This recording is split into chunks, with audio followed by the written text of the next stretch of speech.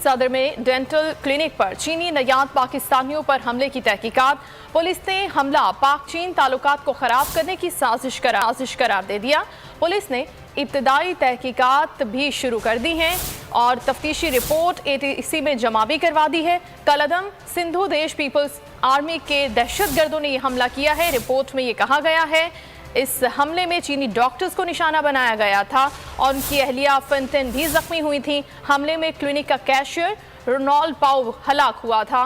Report में ये बताया दहशतगर्द ने डेंटल क्लिनिक पर 29 सितंबर को हमला किया था। अब्दुल हसीब से मजीद जानेंगे इस रिपोर्ट से मुतालिक हकाइक। जी अब्दुल हसीब।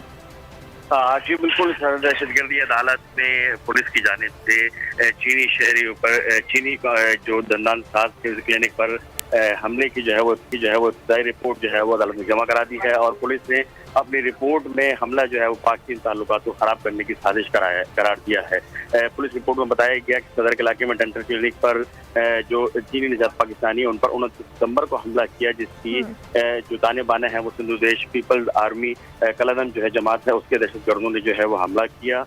इसके साथ साथ ये भी जो है रिपोर्ट में कहा गया है कि दहशतगर्द तंजीम ने पाक चीन ताल्लुकात को खराब करने के लिए चीनी निजात पाकिस्तानियों पर हमला किया।